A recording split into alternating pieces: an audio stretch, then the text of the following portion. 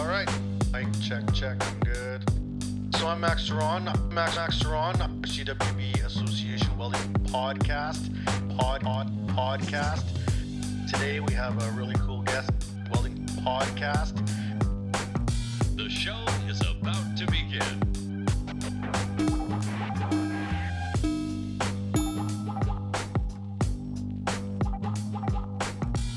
Hello and welcome to another edition of the CWB Association podcast. My name is Max Ceron, and today we're doing a very interesting show here live in Denver at the NASCC conference, correct? NASCC, the Steel Conference. The Steel Conference.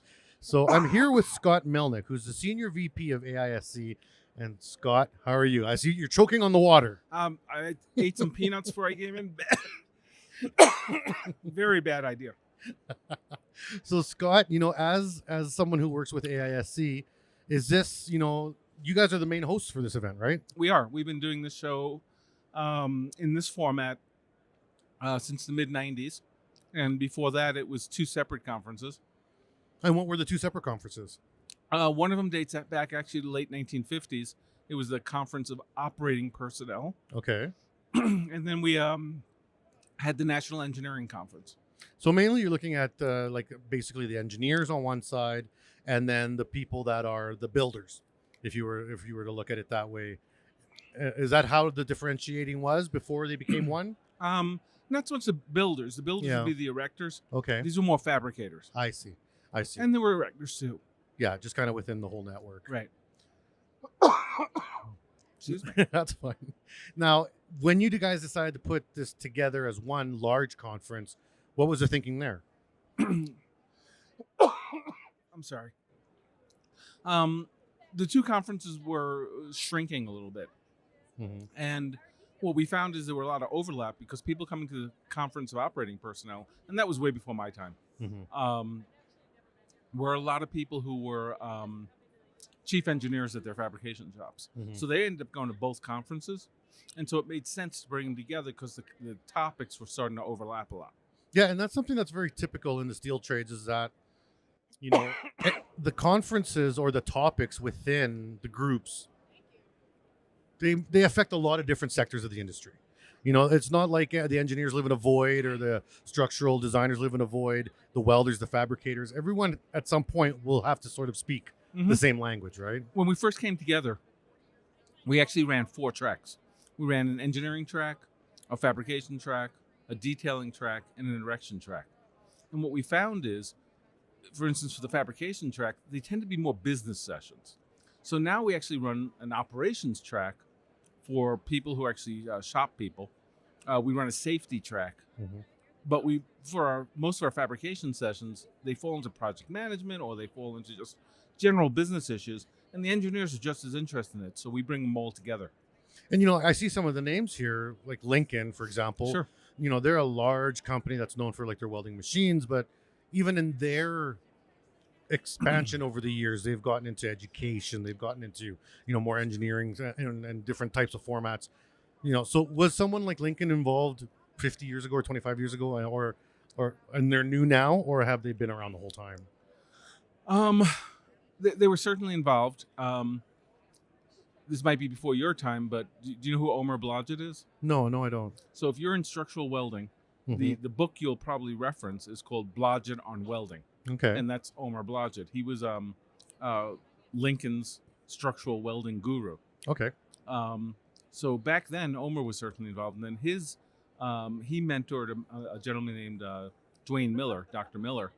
And Dwayne is currently the foremost expert on structural welding in the world. And, of course, he was involved. In fact, he was on our committee at one point. Mm-hmm. And now Dwayne's basically retiring. It's I think this year, and Lincoln has new people, and so it always goes. But Lincoln wasn't a prime driver in it. Yeah. But they were certainly involved. Now, what about the union's place? Now, first thought when I think of structural, I think of iron workers. They're kind of the structural experts. They're kind of not their Impact and SEAA, the Steel Erectors Association of America, they're sister groups to us. Okay. But the audiences we share are slightly different. Okay. when you talk about iron workers, and I believe Impact's booth is Yeah, right they're over just there. down the line Mhm. over there. Yeah. Great guys. I've known Kenny for God knows how long, and actually one of the Impact people are actually on our planning committee. Okay. Yeah. Again, because we do erection sessions, and it makes a lot of sense for us. But one of the things that happens is they're a slightly different audience. We're probably a more technical side. Okay. So more in like the codes and standards that they'll need to follow in the workplace. Not so much what they need. I mean, in terms of erecting a building, Mm-hmm. yes, we're involved but we're again more on the design side, on the Okay. fabrication side. So now your role at AISC, Mm-hmm. as a senior VP, what is some of the roles that you oversee? What are the things that you plan? Specifically like your babies within the Sure. company. I've been at AIC for 32 years. Wow. I originally started as the editor of Modern Steel Construction magazine, and I still oversee Modern Steel Construction. Mm-hmm. I'm no longer involved in the day-to-day. I'm now the editorial director. Mm-hmm. We have a chief editor, we have a publisher, we have a graphic designer. But I still oversee Modern Steel and our whole publishing side. We publish a remarkable amount of material. We publish, obviously, the Manual of Steel Construction, which is 3,400 pages of technical information. Mm-hmm. We also publish Seismic Manual and a few other manuals. We publish 36 design guides. So we have a decent-sized publishing group. I oversee communications in terms of public relations and advertising and that type of thing. Market development. Okay. I don't do membership anymore. I did membership for a lot of years. I do IT. So you got your fingers kind of dipped in everything there. We have two senior vice presidents. So one Mhm. of the senior vice presidents, Mark Trimble, his group is engineering and research and membership and certification. And then so all the other sides come under me. Education is one of our really big areas. Mm-hmm. And of course the conference is mine. Yeah. And meetings and conferences in general. We do a lot of other meetings and conferences as well. So this conference, it's a large scope. We've never been here in terms of the association. Mhm. CWB Group has attended Sure. AISC a number of times, but this is the first time from the association standpoint, which we have a little bit different take. We're looking at how to give back to industry and Sure. how to get more people involved in terms of youth into the industry. And we felt like this was important to get the word out there to just let, I guess, everyone understand the breadth of the steel industry, that Mhm. it's not just, the arc and sparks, which, is awesome and we need that. But there's this whole other world, if people could be here in Denver and, come, if you're in the area, come. If you're going to be here next year, make sure you come visit, because you get to see a whole nother angle of the welding and steel fabrication world, Mhm. which is like the companies that design the I-beams and the technical, aspects of the creation of parts and materials and all these different sectors, right? Mhm. Sure. We have everyone here from the mills Mm-hmm. who would produce wide flange and other structural members. We have service centers here that are big warehouses. We have fabricators, of course. We have designers. We have software. We have a lot of heavy machinery people. Yeah, I did see that. Yeah. And one of the things that's fascinating about the steel fabrication industry, and if anyone's looking for a career for their kids, Mm-hmm. the steel fabrication industry, I was at a fabricator just last week. Now, this happens to be a particularly large fabricator Mm-hmm. and is not typical in terms of size, but is typical in terms of need. Mm-hmm. And he said right now, today, if 450 people with no skill set walked into his office, he would employ them. And that's something that is typical all over North America. All over. In Canada, we are dying for welders and fabricators, and it's one thing to say we need workers, because in the past, generally when people say I need workers, they're thinking of a specific skill set that they're Sure. trying to fill, right?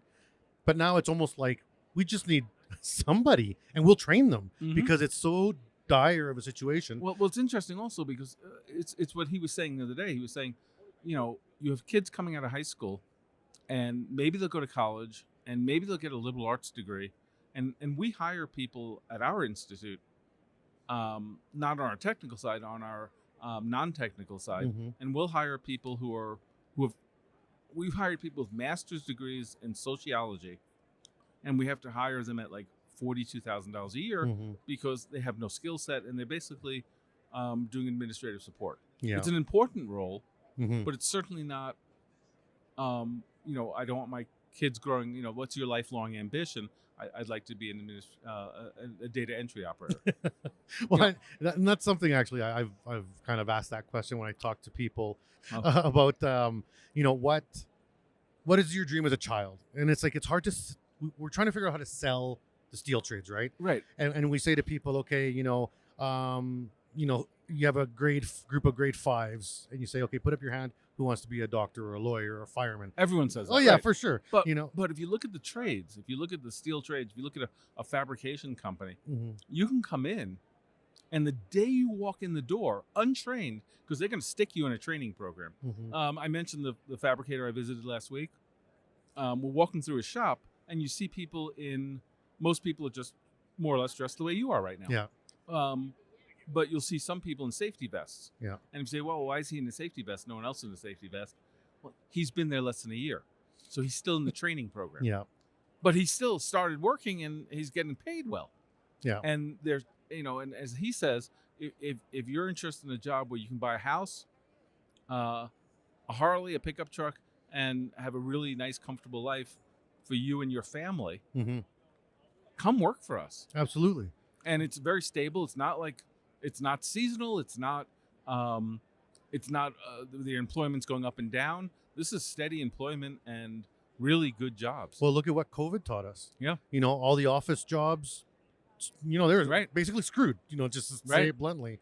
But the trades immediately deemed essential workers. Immediately. Because they are. Because they are. Like, there's no way that any of this stops. Right.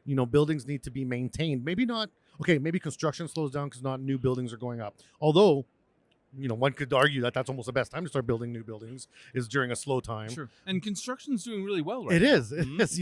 Look at Denver. Right. Look at the number of cranes around this city. I was really impressed at the amount of construction going on. And so trying to demystify this idea that to be in the steel trades is a dirty, grungy Well, if job, that's your feeling, what you really need to do is walk over to the other side of the hall and look at the equipment they're running. Yeah. And you're sitting at a terminal operating equipment, and we have a new exhibitor back there who deals with picks. Okay, yeah. And it's all automated. Where you used to have a guideline that you're moving. Now he's sitting in a little keyboard, and he's sitting in a comfortable chair and operating this whole thing from 100 yards away under the shade because you don't need to be out in the sun. Yeah. And opening up different. the earth. Yeah. Sure. It's not like it was. It wasn't, shops aren't these dirty, grungy places. Yeah, you're going to use your hands. You're probably going to have to do laundry that night. Yeah. But it's not like you're coming home and people are like, okay, you're going to go out in the garage for a while. No. No. And you're going to have a full pension, and you're going to have benefits and all these things that in other industries you have to fight for them. Right. Fight for them. But in our, sectors of work, they're just part of the package. Sure. So let's talk about Denver, because I was curious, why Denver? What, how did you guys choose Denver to be where the conference is? Do you guys pick this place every year? No. This is actually the first time we've ever been in and you Denver. guys move around? So we typically have, we're a growing show. We're down a little bit this year. We'll be at our record was 5141 in 2019. This year we'll be right around 5,000. So not bad. Not bad. Yeah. And we'll have about twice as many people watching virtually as we've ever had before. Oh, fantastic. So we're purely a hybrid show at this point. But the reason, when you have a show with 5,000 people, and we run 17 concurrent sessions, plus we have an exhibit hall which is 200,000 square feet.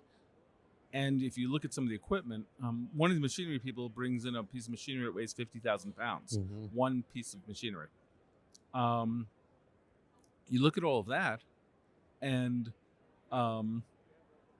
there aren't that many centers in the country that we can go to. Yeah, it limits the limits venues. where we can go. And so what we do is we actually look at the availability, and we look at The engineering capabilities or structural capabilities. Actually, we did. In fact, shout out to Martin and Martin. Mhm. The building required an engineering review for all the heavy machinery booths. Absolutely. And yeah. Martin negotiated a very attractive price to us. Oh, awesome. They were very kind about it. They sent It didn't hurt too much. Well, they sent us an invoice for $1. Oh my goodness. And that was probably 1,000 hour, about 100 hours of engineering work Yeah. they did. Well, So- I worked in the college for a number of years, and even you got a brand new brake press. We went to FabTech a few years ago, and we came back with a brake press, and it's like, oh, yeah, Sure. wonderful, we got this new brake press. And then Mhm. you go to bring it into the shop, and it's like, oh, hold on, this thing weighs 300,000 pounds. Right. Where can you put this on the floor? And it's like, oh, well, that's a whole another shtick to the gig. That's exactly what they're looking at. And so we have to look at all of that stuff. So next year we're in Charlotte, for example. Okay. The following year we're in San Antonio, my personal favorite place to hold a conference. Mm-hmm. If you don't love San Antonio, there's something wrong with you. The weather's always beautiful. Yeah. They have the river walk. What's better than a whole entire lineup of inexpensive bars with good music and good food? I don't understand why we're just not there every year. And then, I've never been there, so now we're pumped. We're going to go there. We'll be there in 2 Sure. years. So we do travel around the country. We also like to do it regionally and move around the country because we have a number of people who only go when they can drive here. Mm-hmm. And so you want to go regionally. We tend not to go too much to the far West Coast because it turns out people on the West Coast will come to the East Coast. Oh. But people on the East Coast are like, wow, the West Coast is really far. You have to remember. I wonder why. Well, if you think about the East Coast, if you're in, there's people. You got fans. You got fans coming by here. So. well, that's John Cross, one of my old colleagues, recently retired from the AISC. He's a brilliant marketer, Oh, awesome. and his lovely wife Kathy, who is a bassoonist. Oh, awesome. My daughter plays the flute in the orchestra. And then so the East Coast is so compact. If you think about it, if you're in New York, you drive up to Philadelphia or Boston down to or Philadelphia wherever, for the afternoon, and you come home. If Mhm. you're on the West Coast, things are a little more spread apart. That actually explains a lot of things because I think Canada is kind of similar. So people in Toronto have a lot of people in a 3 to 4 hour Sure. radius, right? Lots of major centers. I live in the middle of Saskatchewan, Regina, Saskatchewan, which is in the prairies. Yes, So for me to travel 2 hours just to find the next town is normal. sure. If I want to go to the next large center, I'm 5 to 6 hours. So when someone says, "Oh yeah, you got to drive 6 hours for something," that doesn't mean anything to me. Or I just got to get on a plane. I'm just used to getting on a plane to go anywhere. And Toronto's one of my favorite cities. Yeah. Well, are you going to come up to visit CanWeld FabTech Canada this year? Maybe. We'll see what my wife thinks. Yeah. And I say that because my wife's from Toronto. Oh, okay. So I've been going to Toronto my entire life Mhm. to visit my family up there. Well, hope to see you guys up there. I know. Well, CISC is going to be involved, kind of like your sister. They are. In fact, Yeah. CIC is a co-sponsor of us. Yeah, and I love the CISC Steel Construction Handbook is a book that I think every Canadian should have. It's very important text. Mm-hmm. We actually helped found CISC back in the 60s. Okay. So how long has the AISC been around as a company? Since 1921. So 1921. So that's 101 years now. Mm-hmm. What? That's the same age as the association. The CWB Association has been around 101 years. Hmm. The CWB Group, which is the major body that we exist under now, has been around 75 years this year. So our old companies have been around a long time. So you must know Ed up at CISC. Yeah. Great guy. Really good people. Mm-hmm. So in terms of what you guys do as an association, in terms of, you got the conferences, you have the outreach, obviously the publications and getting the information out there. What do you guys see yourselves moving into going forward in terms of, relating with industry or trying to help maybe get seats into the programs? So remember, AISC's we write unlike CISC. Mm-hmm. AISC actually writes the specification to which all steel buildings in the United States are built. Okay. So whereas up in Canada, that's done by the government. Yeah, CSA. Right. Yeah. Here, we actually write the spec, and that's what's referenced in the building codes. So if you go to U.S. building codes, go to the International Building Code, ICC, Mm-hmm. what you're going to see is a reference to our spec. Okay.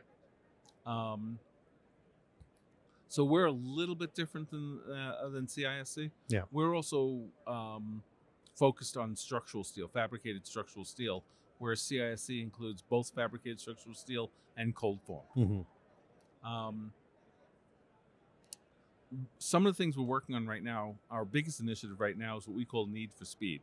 Okay, that's the big booth you got over here. That's part of what we have at Yeah, our booth. yeah. And our belief is that we can increase the speed at which steel buildings are designed, fabricated, and erected by 50% in 5 years. Okay. So that's a 33% reduction in speed. Yeah. And we're pretty confident about this. And some of the stuff we're doing has already started to pay dividends. Mm-hmm. So if you see what we're doing with SpeedCore, for example, are you familiar with that system at all? No, I don't. So it's a composite steel and concrete core system. Okay. So it's using steel plates. Okay, so I've seen it. I didn't know that was called. Yeah. So it's called Yeah. SpeedCore. And if you look at the first project, remember first projects, if you heard the keynoter today, he talks about disruption and he talks about how messy it is and how the first project you do never quite works perfectly. Mhm. And then future projects really demonstrate it. The first project shaved 43% off of the erection time. Just because things just fit.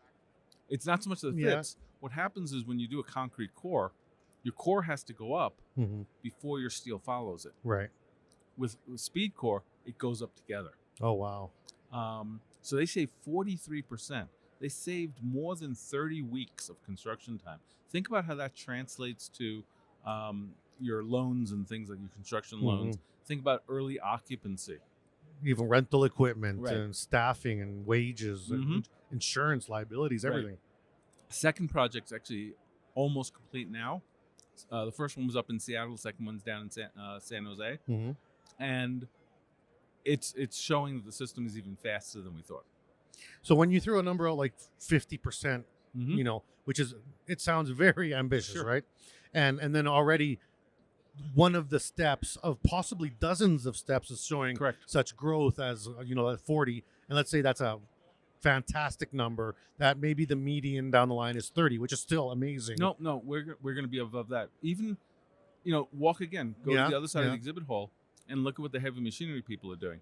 On the fabrication side, I can remember the first installation of Zeman, which is an automated welding system for heavy fabrication. And I can remember watching, and if you go to AISC.org/robotic welding, you'd actually see a video of the Zeman machine. And there's other people out there doing very similar machines.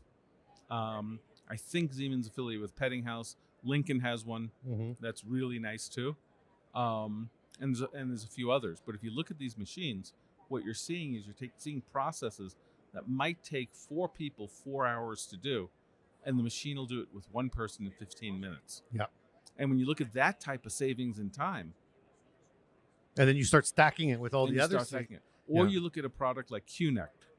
QNect is a software package to design connections. Okay. And you look at that type of system, and they're saving on connection design 90%. So all these steps come together, and we're gonna.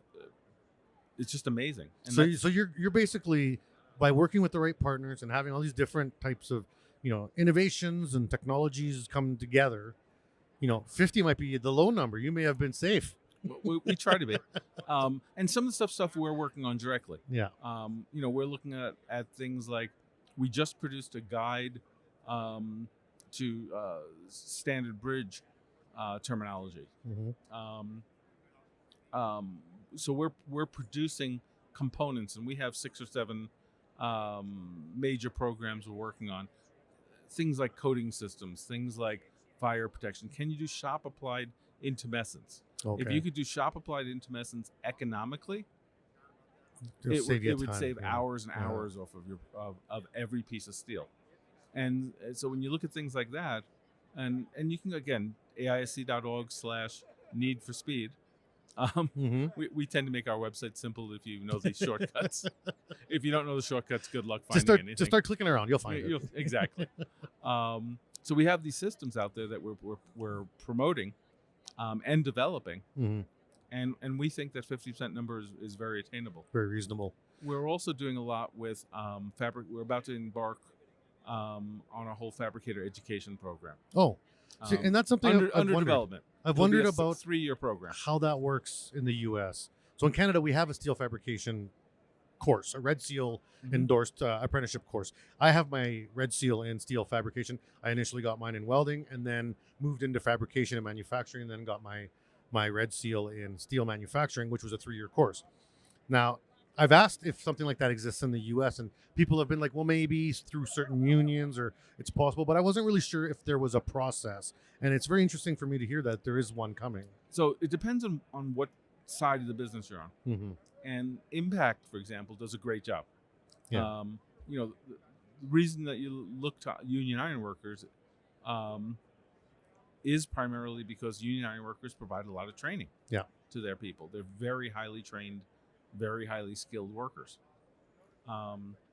A lot of the other training, when you're talking about fitters and welders and whatnot, obviously welding, there are welding schools you can go to, but for a lot of the other work, it's trained individually by individual fabricators in the field or on site. Yeah. Correct.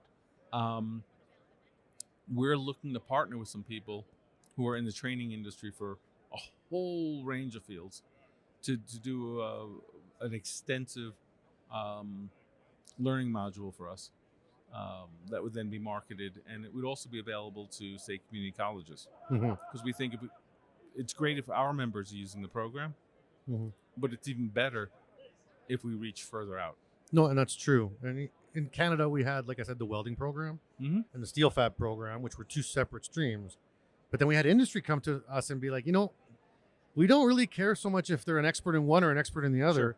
We kind of want them to be a little knowledgeable in both. Right. So a lot of the colleges have had to kind of pivot and say, well, let's just, forget about the long term, and let's just create these quick 1 or 2 year programs that will have welding and fabrication, maybe a little bit of even engineering in there, a little bit of metallurgy, just so the students come a little bit more well-rounded, but they're not an expert in anything. Sure, of course.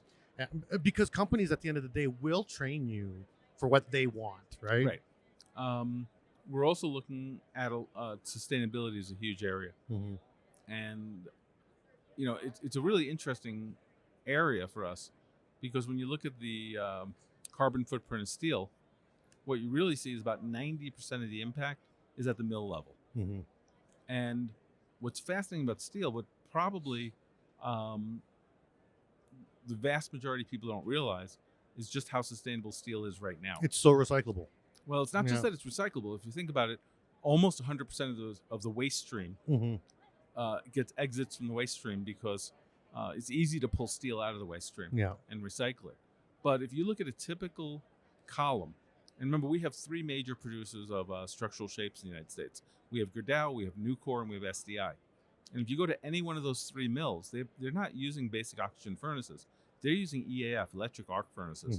So their feedstock is roughly 93% recycled material. It varies. I think right now the actual number is like 92.7 or something, but it's around 90. And it's just a matter of supplying the power for. And so the carbon footprint of steel is based on the power grid. And what we're starting to see are people like Gerdau down in Texas is putting in a massive solar field. Yeah. And so if we can utilize more sustainable energy, the carbon footprint of steel just goes. Yeah, because it's that initial step where it's terrible. That's where it all is. We're also seeing fabricators do some really cool stuff. Steel Fab, for example, are starting to, they put a bunch of, if you think about a fabrication shop, what do you have? You have a building with a huge flat roof. Yeah. Boy, isn't that nice for putting solar panels up? And we're seeing some fabricators doing that. They partner with a local solar agency, and they actually, they don't have an upfront cost, and what they're doing is just pulling it off. Yeah. And all of these technologies have to advance together, kind of hand in hand. Yep. Because the thought of trying to power any type of high energy requirement through solar was unobtainable even 5 years ago. Sure. Right. But now the kilowatts being pulled out of solar it's huge. The advancements, even in the last year, for what a 4x4 panel will produce is more than 600-700% what it was a few years ago. So now it is like, oh, well, I actually could peel off some real cost and some actual high energy power, that is required. Right. And the welders themselves. So then you have that side, the equipment. They're much more efficient. Their electrical requirements go down significantly. So, it kind of all goes in together. Right. So a question for you again about this 50%, because this is intriguing to me. Okay.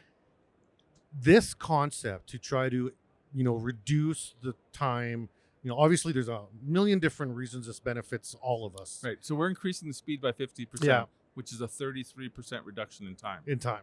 Right. Now, the thought or, the impetus for this, did it come from external pressure from, say, overseas markets being able to do things quicker and faster, cheaper? Or is this an internal push to try to, maintain a high standard? Because I believe myself, and I'm in the standards game, that North American standards are some of the best in the world. That, not only do we have to have great standards, but we should also try to be faster, better, smarter, fast, all these things. So when you look at steel construction and steel for steel buildings and steel bridges, we have certain advantages of other materials. The most obvious advantage is long spans. But the other things you see about steel and that drive a lot of what we do is we talk about cost, we talk about speed, and we talk about quality. So if you look at the AISC certification program, well, our quality of our fabricators is second to none in the world. Top notch, So, great, we can check off the quality box. Cost, we have limited control over cost. It's market demand, right? But speed we can control.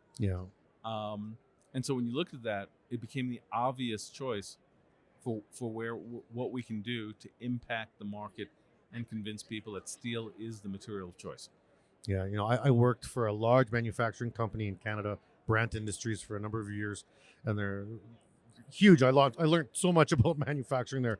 But one of the things they taught me once, sitting in a boardroom, this guy said, "This is the simplest thing. It's a triangle, the manufacturing triangle: speed, price, quality. You only get two."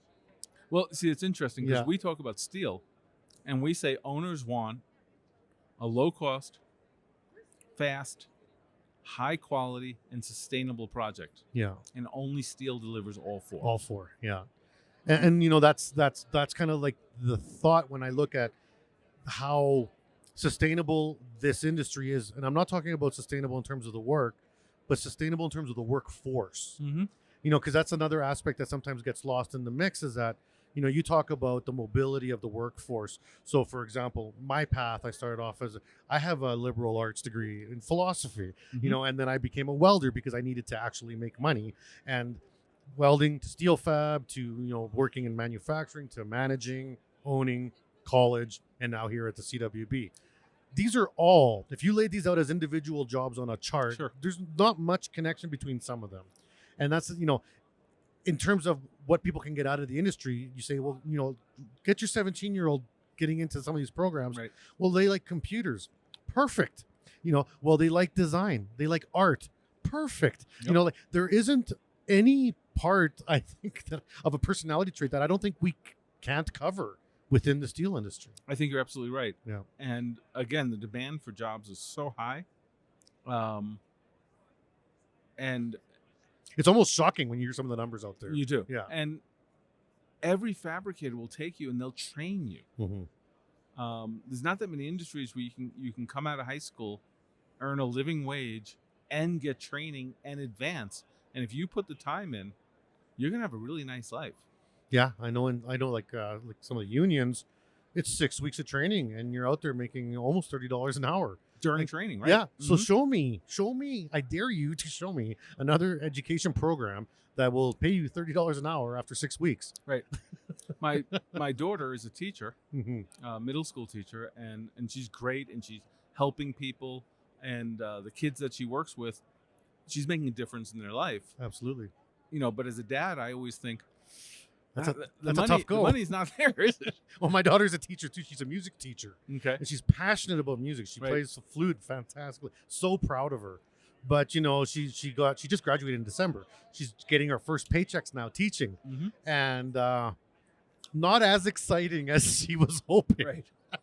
It's like, well, you do what you love. I absolutely get it. But let's say you want to be a teacher. You got Susie or Joe, and they're 14, 15 years old. They're in high school, and they're saying, I want to be a teacher.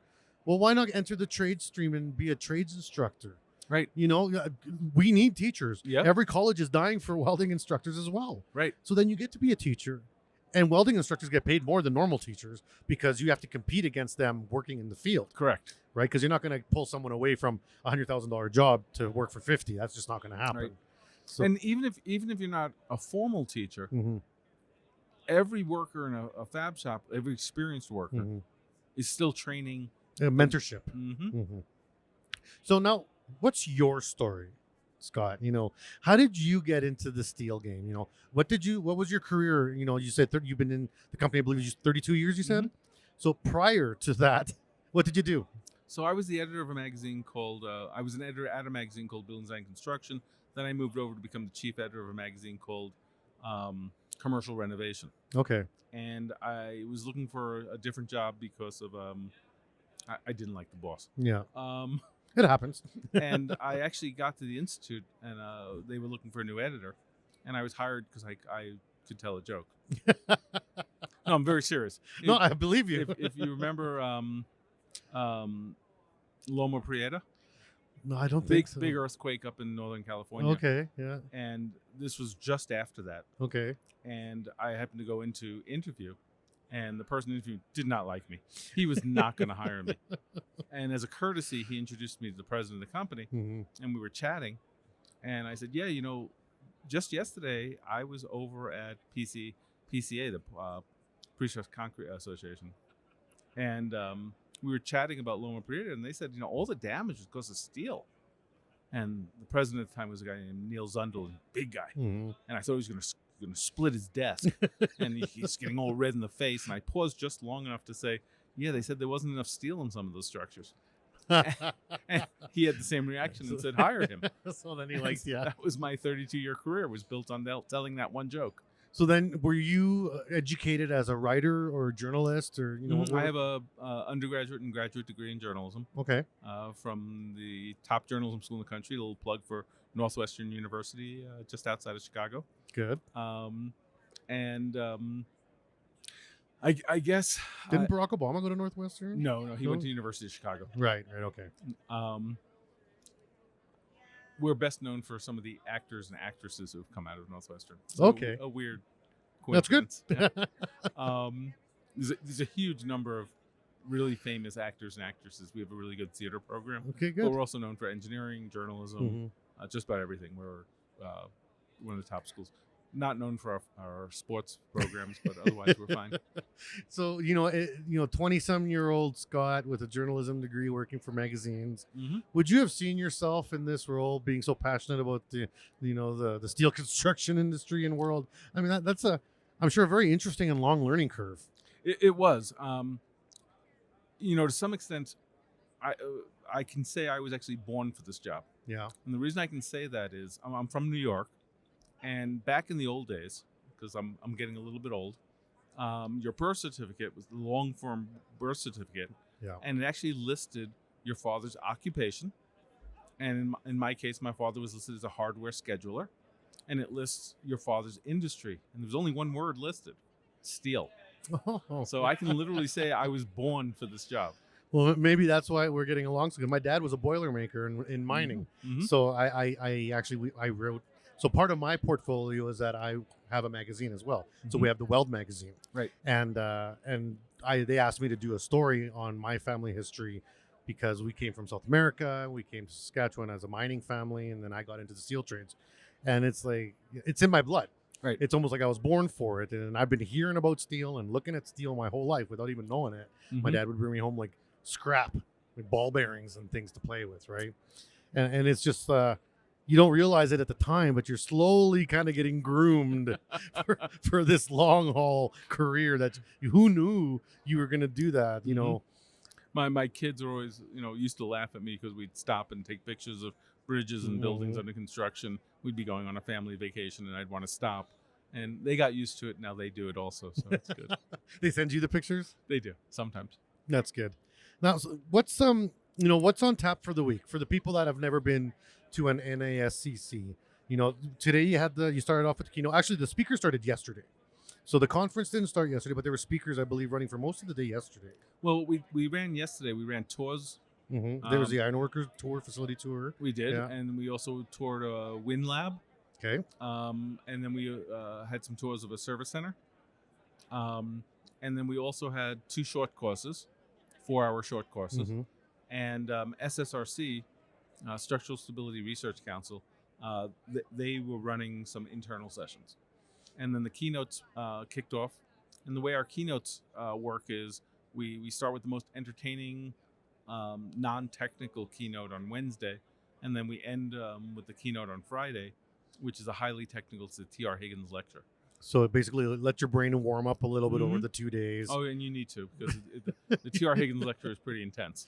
We're going to run roughly all day. We'll run sessions. Our sessions typically are 60 minutes. Some are 90 minutes. And we typically run about 6 hours of sessions. The exhibit hall is open today from 12 to 6, and then we run a welcome reception right after that in the exhibit hall. Yeah, we were wondering about that. We saw that in the ad, and or in like the program, and it's like, oh, the welcome reception is right here, so that'll be really convenient. It's all networking and food and drink. So I made sure I put on a button-up shirt today. So no dress pants. So you can't squeeze me into dress pants. I won't do it. I'm envious. And then tomorrow's a similar day. It starts earlier though, right? The convention starts right at 8 a.m. Yep. Yeah. And for most of our attendees, that's late. So yeah. Although I see some of them at 4 a.m. still out, so I don't know. Yeah, they don't have to go to bed. They can just come right over. And so we'll run technical sessions all day. The exhibit hall will be open, and then we'll end the day. Tonight actually we have. I mentioned the welcome reception. Yeah. A lot of the exhibitors will have events, and we're also running what we call an engage reception. The engage reception emphasizes underserved groups within the industry. Okay. Women, people of color, minorities. Yeah. But it's inclusive, so everyone goes. And that's tomorrow night. No, that's tonight after the welcome reception. Oh, after the welcome. Did we sign up for that, or do we only get VIP'd into that one, or? No. Wink, wink. Well, when you registered, it was a checkbox. Okay, I think we checked all the check boxes. So. Well, then you probably registered for it. And then tomorrow night, after the sessions and the exhibit hall close, then we have what I like to call conference dinner, and what my meeting planners like to call the conference bar hop. So what we've actually done is we rented out down by the ball field 4 or 5 bars. We close the street in between, bringing food trucks and music and tents and. That'll be a lot of fun. Hopefully the weather's nice. It was colder here than I thought. It was, but if you look at the weather forecast for tomorrow, they're talking about mid-60s. Okay. So I'll have to Google what that means in Canadian. So. I think that's about 10 degrees or 10 or 12 degrees Celsius. It's a little nicer. Okay. Well, even better. It's like 18. Oh, geez, that's shorts weather for us Canadians. It is, actually. Like I said. Well, you're from New York, you know. Well, and my wife's Canadian. So. Oh, right. So then we have that. That's Thursday. That's Thursday. Yeah. Unfortunately, we do start again at 8 o'clock on Friday. People do tend to drag by then because it's gotten to be long. Well, and they were all out of the bar hop the night before. So part of what the conference is all about, we emphasize education, obviously.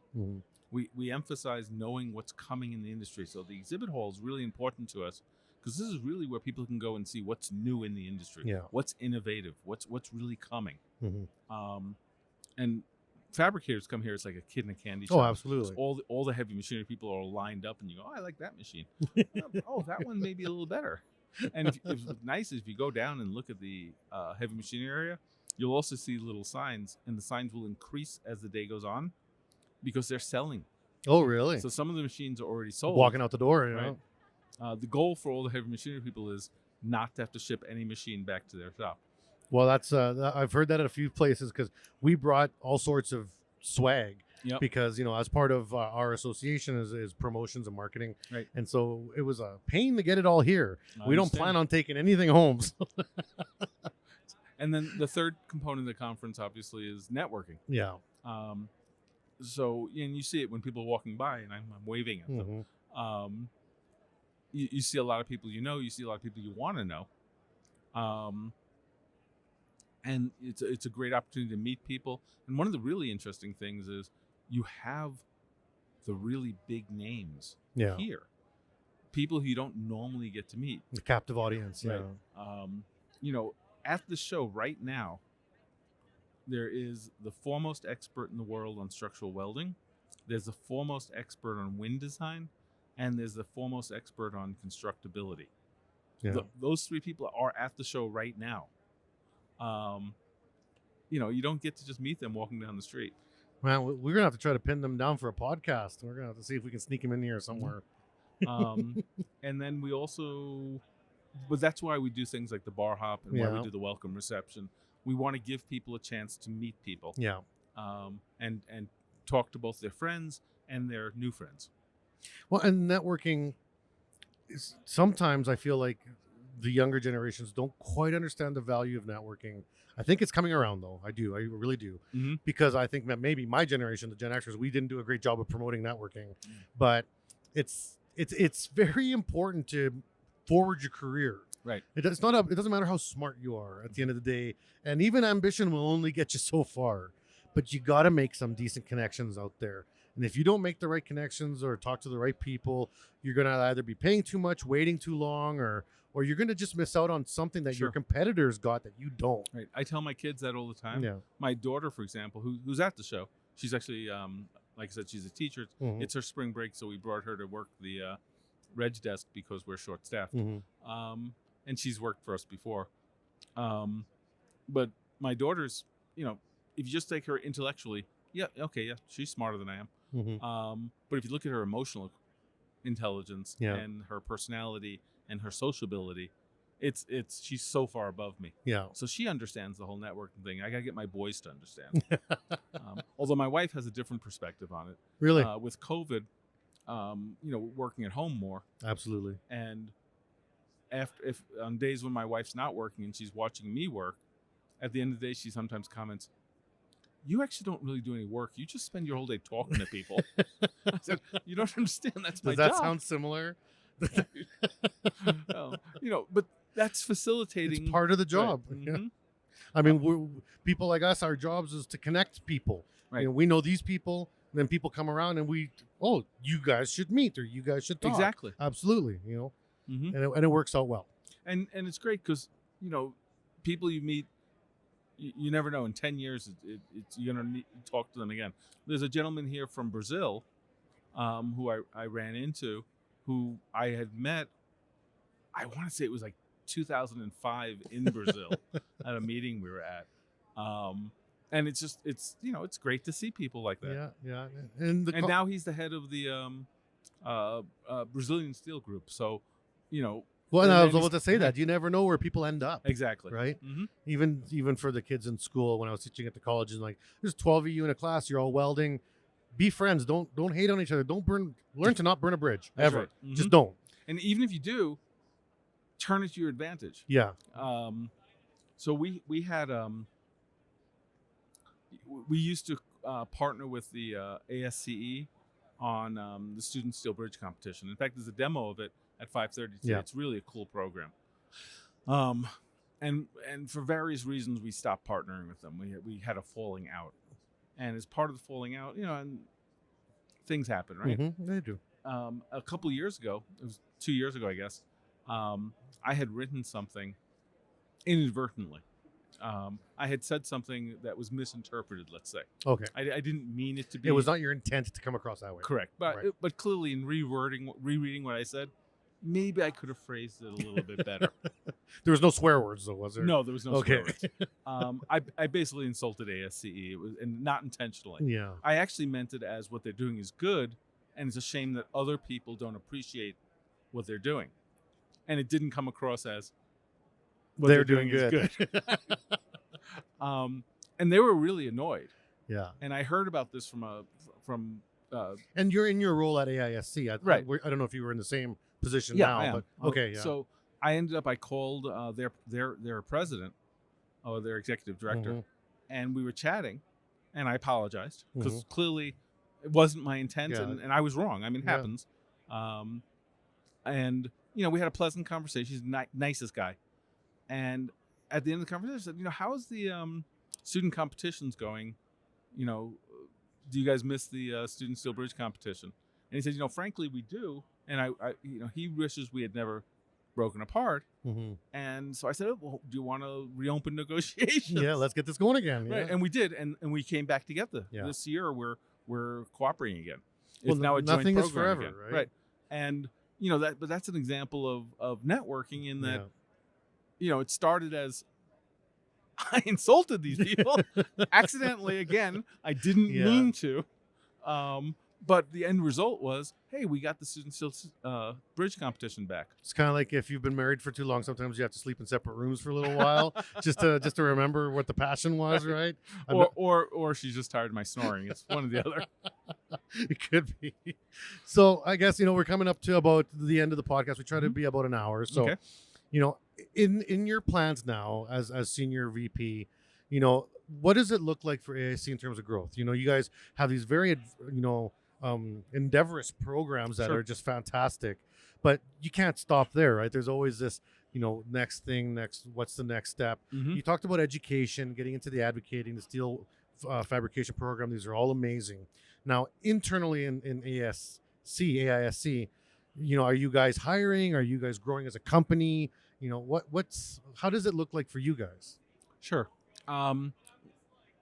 If anyone's out there and you are looking for a job, please send us your resume. Mm-hmm. We actually have a number of positions available. We have what we call steel specialists throughout the country, and they're typically engineers. Sometimes they're not. Actually, Larry Flynn down in Florida is a journalist. Mm-hmm. Alex Morales in Houston is an architect. So we have a range of job titles there. But their job is to connect the design community and the fabrication community. Okay, wow. And so we have them in 12 or 13 major cities in the United States. And right now we have about 6 openings. Wow. And partially because the market is really hot. Mm-hmm.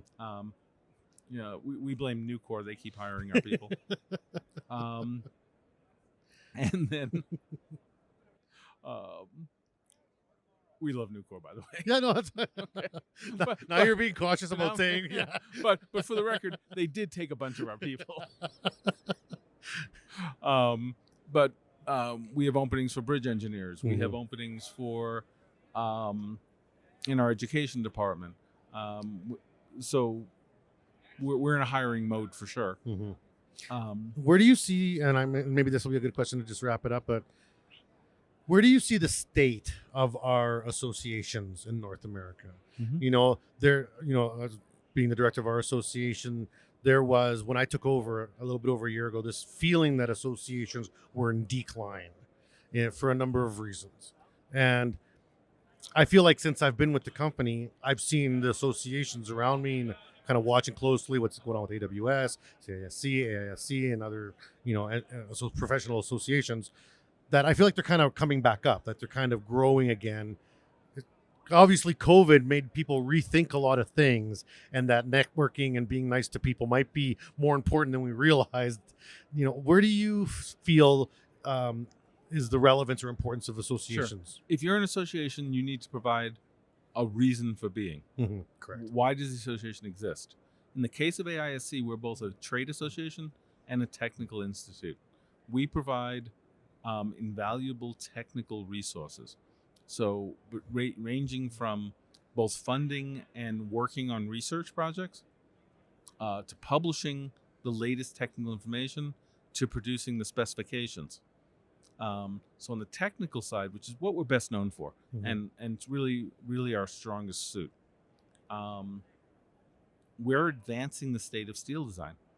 And it's not just AISC. When you think of AISC, it's not the 70 people or 80 people who work at AISC who are wearing black shirts today with AISC logos. What it really is when you're talking about AISC, it's really the strength of our volunteers. So I named some of those people who are here at the show. Mm-hmm. Well, there are hundreds of them who give hundreds of hours every year to help advance the state of the steel design of the design industry. Yeah. And as long as we have that, the institute will remain strong. And we also look at things like our education programs. We work with more than 300 universities. We have over 10,000 student members. We have more than 30,000 professional members. Mm-hmm. We have over roughly 1,000 Fabricator members. Our certification program, which helps maintain the quality of steel construction, is so important to the industry. And then we also look at things that we're doing that are new, like Fabricator education programs. The Need for Speed initiative. The Need for Speed initiative. So we have new programs.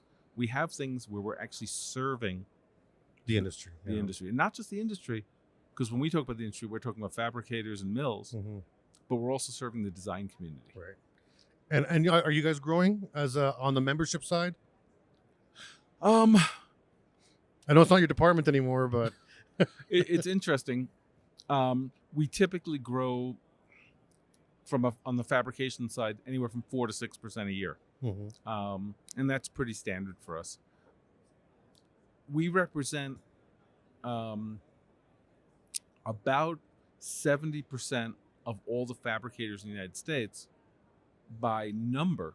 But remember, there's a lot of really small fabricators. Yeah, and they're not going to be on anyone's books either. So by volume, we already represent most of the fabrication, the vast majority of the fabrication. There's not a lot of new fabricators out there. Yeah, there's a few hundred that should be members. Hint, hint. And if you're a really good fabricator, you're going to be certified.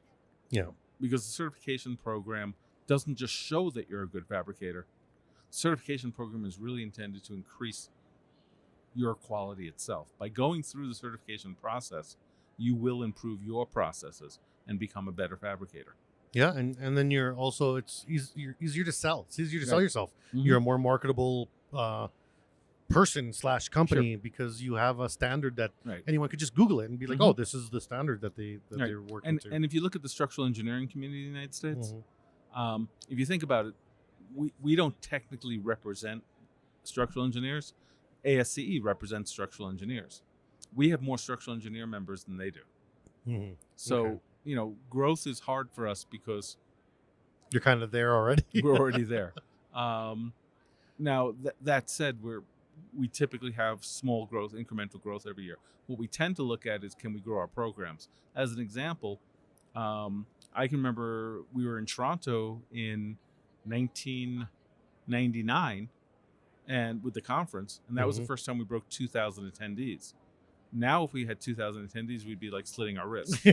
And like I said, even post-COVID, we're looking at having roughly 5,000 attendees.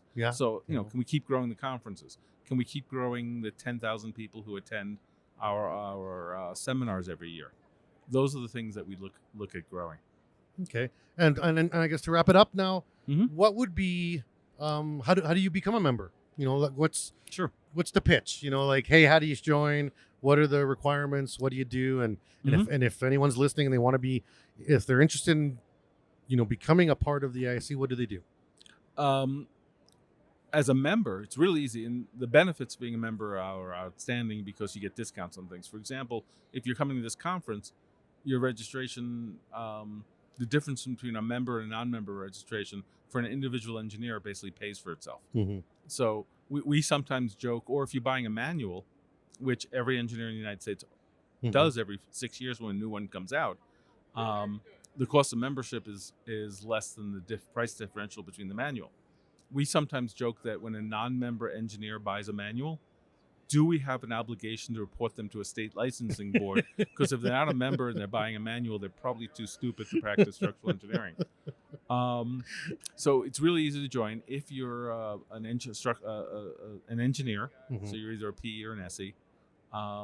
You can simply go on the AISC website, www.aisc.org.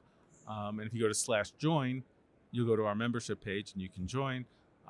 Fabricators, it's a little more complicated because they have to fill out a more detailed form. Mhm. And they actually have to be accepted by the board of directors. Now, legally, if they are an actual fabricator, and the reason the board reviews all the applications is because sometimes you get people who say they're fabricators. And you're like, oh, we have no idea what these people are talking about. 100%. Right? So if you're an actual structural steel fabricator in the Mhm. United States, certainly join the Institute. For most small fabricators, for example, you're going to want to be certified, and the discount on certification for being a member exceeds your membership costs. So it's a good deal. It is a great deal, and like I said, if you're not a member of AISC, there's something wrong with you. Well, I know when we registered for the conference here, I got mine right away saying, "Are you a member? Here's how to sign up and Mhm. join." And it's like, Yeah. well, I guess I'm going to have to get a professional membership. But are you going to become a member of the CWB Association? Well, we don't go up to Canada too much, but Well, our association is a fantastic price point. It's free. well, maybe I'll sign up tomorrow. Yeah, we'd love to have you, and then then you'd get our publication. You'd see the one that I help editorialize. Then that's so. what I'll be doing tomorrow. Perfect, and then we can read each other's magazines because I already get yours. So, Okay. well, Scott, thank you very much. Let me shake your hand. My pleasure. Thank you for having me. Yeah, and thanks for all the podcast listeners, and I hope everyone's having a great time out here in Denver. We got lots more podcasts lined up for the week, and we're gonna have lots of fun. And I'll see you at the receptions and the bar hops and all the other stuff going on. We'll be networking. All right, awesome. Well, thanks a lot, Scott, and Okay. thanks to everyone that's been tuning in. We hope you enjoyed the show.